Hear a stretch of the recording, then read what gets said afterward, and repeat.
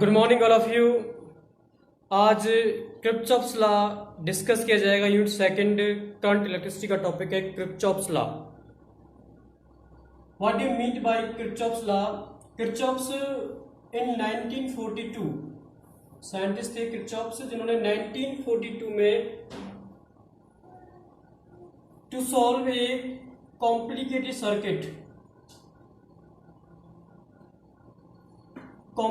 Circuit को solve करने के लिए किरचॉफ्स ने फॉरवर्डिंग किया टू लॉ को, और किरचॉफ्स ने जनरली सिंपली वे में एक्सप्रेशन किया टू लॉ का। फर्स्ट लॉ को इंडिकेट किया कंजर्वेशन ऑफ इलेक्ट्रिक चार्ज से, एंड सेकंड जो पॉइंट था उसको कंजर्वेशन किया कंजर्वेशन ऑफ इलेक्ट्रिक एनर्जी।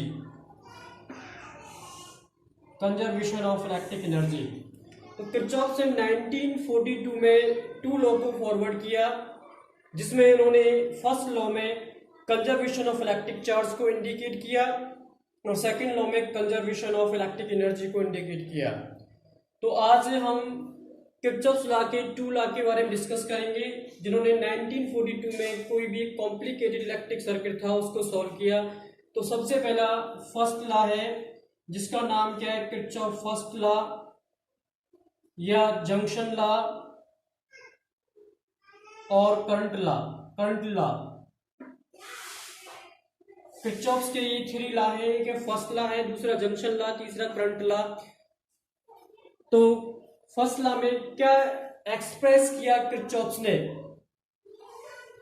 क्या एक्सप्रेस किया कि कोई भी एक जंक्शन पॉइंट है, ओ पॉइंट है, एनिमेशन समझिए, पॉइंट ओ है। इस पॉइंट ओ पर 5 कंडक्टर्स है। पॉइंट ओ पर कितने? 1 2 3 4 और ये 5।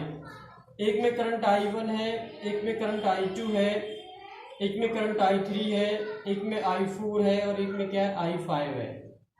These 5 conductors is also meeting at the point O. Point O is the junction point. It means the sum of the algebraic current meeting at a point is equal to 0. कि जहाँ पे सारे करंटों का सम एक ही पॉइंट पे क्या होगा?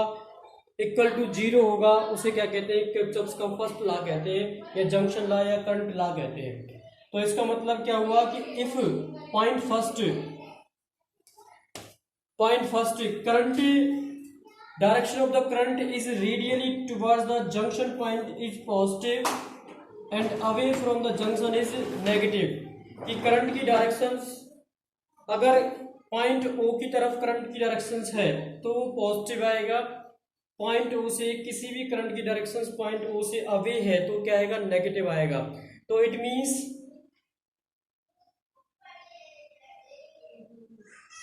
the algebraic sum of the current meeting at a junction is 0. तो क्या बनेगा इसका formula? This is I1 is plus because current is towards the junction point O. I2 is negative plus I3 is positive plus I4 minus I5 equal to 0. तो it means summation I equal to 0. ये all algebraic sum of the current meeting at a junction is equal to 0. This Kirchhoff's law is also applicable in open and closed circuit. Not point कि जो Kirchhoff's law first law था, junction law या current law, ये open circuit में भी applicable था और close circuit में भी क्या था? एप्लीकेबल था। तो इसका ये नॉट पॉइंट है applicable for open and close circuit. ये ओपन में भी और क्लोज सर्किट में भी क्या था? Open and close circuit. ये ओपन सर्किट में भी एप्लीकेबल है और क्लोज सर्किट में भी एप्लीकेबल है। सेकंड पॉइंट, इस फर्स्ट लॉ के अंदर क्या कंजर्व होता है? Conservation of electric charge. इसमें क्या कंजर्व होता है? कंजर्वेशन ऑफ इलेक्ट्रिक चार्ज, ये इलेक्ट्रिक चार्ज को क्या करता है, कंजर्व करता है। तो इसके 2 पॉइंट है। और थर्ड पॉइंट क्या है कि algebraic sum of the current meeting at a junction is equal to 0, this is called Kirchhoff first law. तो किरचॉफ का फर्स्ट लॉ का नाम क्या है, जंक्शन लॉ भी है और करंट लॉ भी है। नेक्स्ट है किरचॉफ का second law,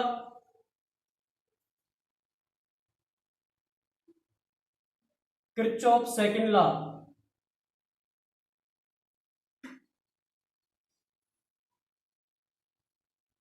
Kirchhoff second law का नाम है क्लोज लूप लॉ और वोल्टेज लॉ। इसका 2 नेम है सेकंड लॉ के, एक क्लोज लूप लॉ और वोल्टेज लॉ भी इसका नेम है। तो किरचॉफ का सेकंड लॉ एक्सप्लेन करते हैं, क्या है किरचॉफ का सेकंड लॉ। सबसे पहले first of all right the definition of the Kirchhoff second law. It state that the algebraic sum of change in algebraic sum of change in voltage, sum of change in voltage, algebraic sum of change in voltage around any closed path of electric circuit, कि जहां पे किसी भी voltage का जो change हो रहा है और उसका सम किसी भी क्लोज पाथ में और किसी भी इलेक्ट्रिक सर्किट में involving resistor and cell in the loop, जिसके अंदर रजिस्टर भी इन्वॉल्व होगा और सेल भी होगी लूप के अंदर, is always 0, this is called second law. Kirchhoff का सेकंड लॉ क्या है कि कोई भी एक हमारे पास इलेक्ट्रिकल सर्किट है, अभी इंडिकेट करूंगा ब्लैक बोर्ड पे सर्किट को, कि कोई भी एक इलेक्ट्रिकल सर्किट है, उस सर्किट के अंदर अगर कोई वोल्टेज चेंज हो रही है, उन सभी का एल्जेब्रिक सम और उसके साथ जो रजिस्टर इन्वॉल्व है और कोई भी सेल इन्वॉल्व है किसी भी लूप में, वो सभी का सम किसके इक्वल होता है, 0 के इक्वल होता है। This is the Kirchhoff second law, loop law या वोल्टेज लॉ। इसे लूप लॉ भी कहते हैं और वोल्टेज लॉ भी कहते हैं। तो summation delta V equal to क्या होगा, 0 होगा।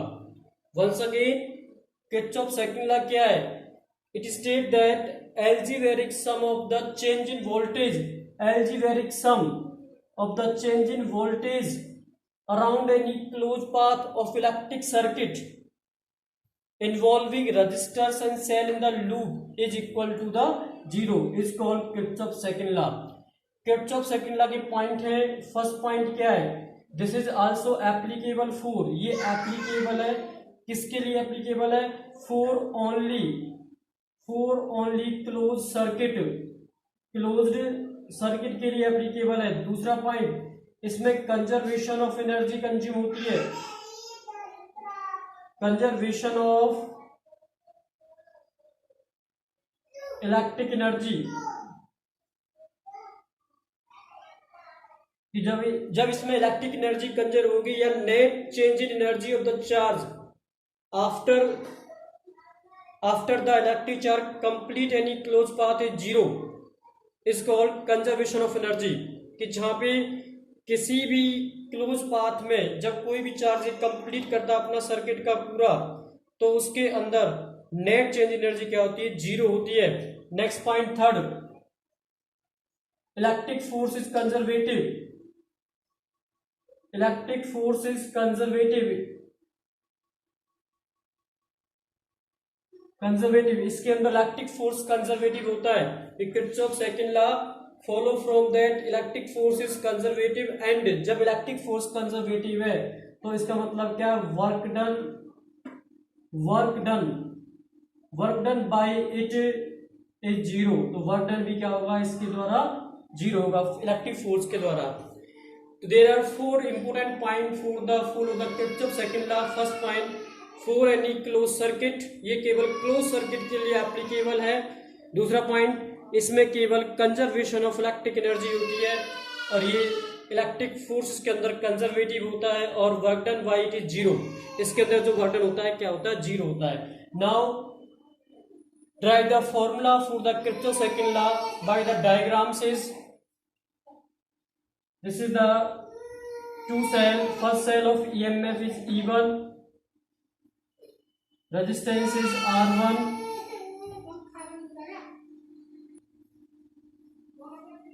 Consider two cell of EMF. First cell of EMF is E1, resistance is R1, and second resistance is R2.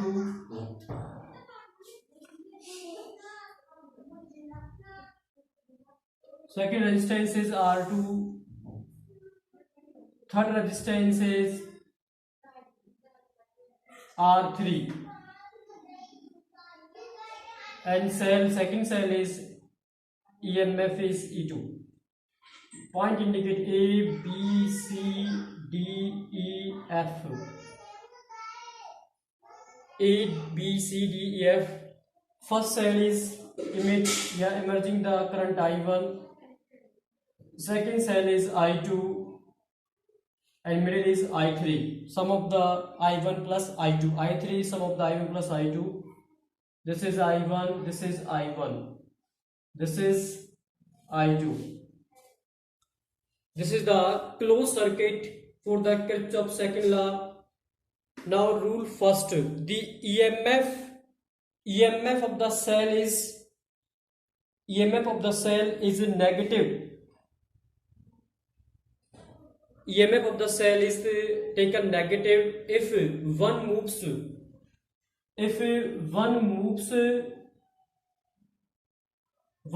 its direction from negative to positive potential, means increasing order of potential.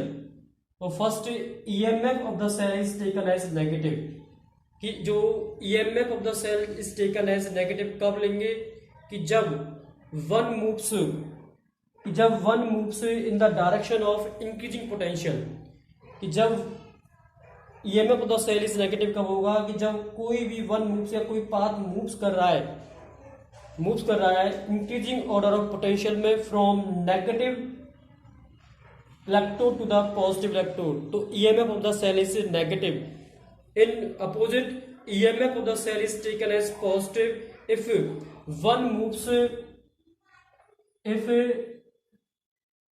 Moves from decreasing order of potentials. One moves from decreasing order of potentials, then EMF of the cell is taken as positive. Next, the product of the third point, the product of the resistance and the current. Product of the resistance and the current in the arm of the circuit. Product of the resistance या current in the arm of the circuit is in the same sense of the direction of current is taken as positive. कि अगर resistance का product और current का product current की ही directions में है, अगर हम करंट की डायरेक्शंस में मूव करते हैं तो product of resistance and current is also taken as positive. But when move से in the opposite direction of current. अगर हम करंट के अपोजिट डायरेक्शन में है तो product of I or R, product of current and resistance is taken as negative. Now solve this circuit. First point, first closed loop is A B E F A. मैंने सबसे पहला loop लिया है loop A B E F. A से B has no resistance, current I1 है, resistance नहीं है, don't obey Ohm's law. B से E current is I3, resistance is R2, then I3 R2. E से F no resistance, current only I1, not obey Ohm's law. F से A current I1, resistance is R1, तो then I1 plus I1 into R1 obey the Ohm's law, and entering the negative terminal of the cell is called minus E1 equal to 0.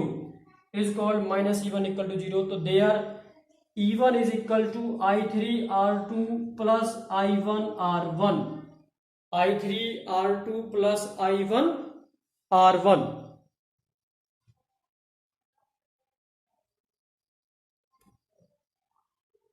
I3 R2 plus I1 R1.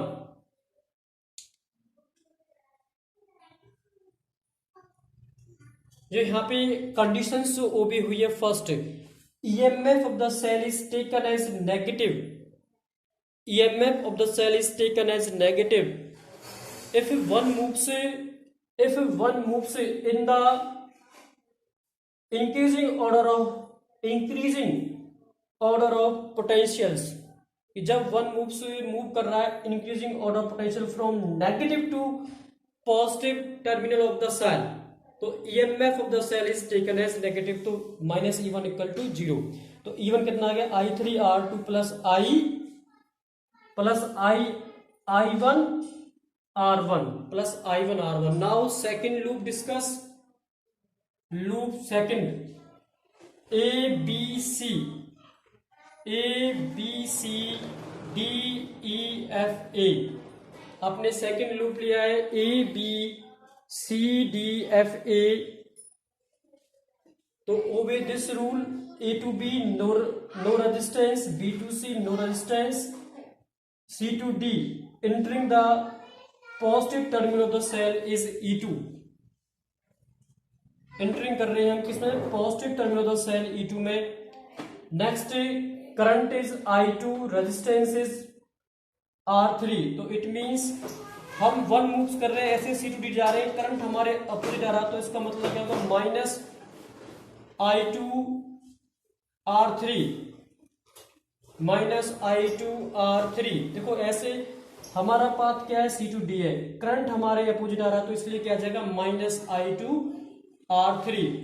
फिर path D2E no resistance don't obey Ohm's law, E2F no resistance don't obey Ohm's law, F2A current I1 resistance R1, तो plus का I1 R1 plus I1 R1 and entering the negative terminal of the cell, तो minus E1 equal to 0। तो it means this is the Kirchhoff second law, कि algebraic sum of the change in potential around any closed path of electric circuit involving resistor and cell is equal to the 0. Then solve this quantity, I2 minus R3 plus I1 R1 equal to E1 plus का हो जाएगा E2 इधर जाके minus का, तो value क्या आ जाएगी, E1 minus E2 equal to I1 R1 minus I2 R3, I1 R1 minus I2 R3। तो it means summation E cut कर जाएगा summation IR। This is the Kirchhoff's second law, summation E equal to summation IR, this is summation E equal to summation IR। It means algebraic sum of the change in potentials around any closed loop या path of electric circuit involving resistor and cell in a closed loop is equal to the 0. This is called Kirchhoff's second law. Now difference, note point, note first, difference of Kirchhoff first law and second law। आपको difference indicate कर रहा हूं, first law में क्या difference है और second law में क्या डिफरेंस है। फर्स्ट लॉ में क्या है, पहला point summation I equal to 0, कि जहां पे algebraic sum of the current meeting at a junction equal to 0 is called first law. Second law में क्या है, summation of change in voltage equal to 0। Second point of the first law, conservation of electric charge, conservation of electric charge, जिसमें electric charge conserve होगा, वो क्या है, first law है। Second point, second law में क्या होता है, conservation of electric energy, conservation of electric energy, कि जो सेकंड लॉ है उसमें एनर्जी कंजर्व होती है, और फर्स्ट लॉ में क्या कंजर्व होता है, इलेक्ट्रिक चार्ज। तो फर्स्ट लॉ का मेन डिफरेंस क्या है, summation I equal to 0, second law का summation delta V equal to 0। First law में conservation of electric charge, second law में conservation of electric energy. Next point, third point, first law दोनों में applicable होता है, first law applicable for open and close circuit. जो first law है वो open में भी और क्लोज सर्किट दोनों में एप्लीकेबल है, लेकिन second law only for close circuit. जो सेकंड लॉ है वो किसके लिए एप्लीकेबल है? केवल क्लोज सर्किट के लिए एप्लीकेबल है। कि फर्स्ट लॉ एप्लीकेबल है किस के लिए एप्लीकेबल है? For open and close circuit, और जबकि सेकंड लॉ किसके लिए एप्लीकेबल है? Only for close circuit, only for close circuit. तो please note down this point in the notebook, subscribe the channel, press the bell icon. Thank you for watching this video.